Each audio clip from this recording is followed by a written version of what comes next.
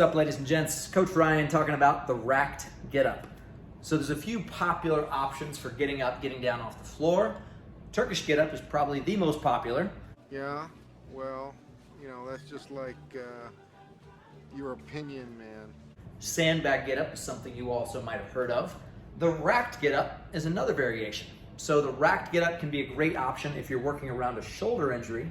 It can also be a great option to target a little bit of core strength if you have a weight that you can't quite put over your head, but you still want to practice getting up and down. So I'm a fan of starting in the top position, working down and then working back up.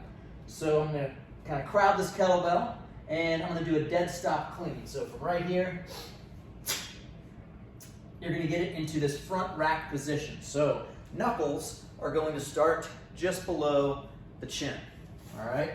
Now from this position, since it's in my right hand, I'm going to take my left leg and do a long lunge back. So a long lunge back. Now from here, I need to get my right foot into this little triangle position. Now I could just swivel it over like so, but some people feel a little bit unstable. So if you need to, you can just kind of walk that foot out to the side. From here, I have this nice little triangle position in the feet. Now my hand is open, and what I'm going to do is start to kind of shift the bell over to my shoulder.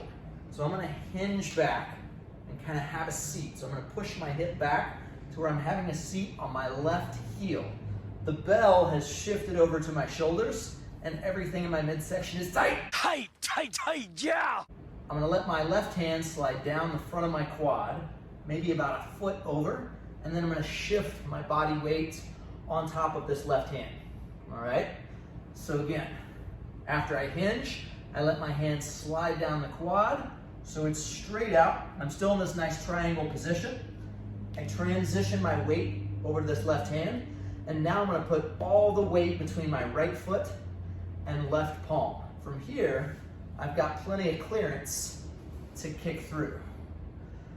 Kettlebell still sitting on my shoulders. I come down to the forearm, all the way back.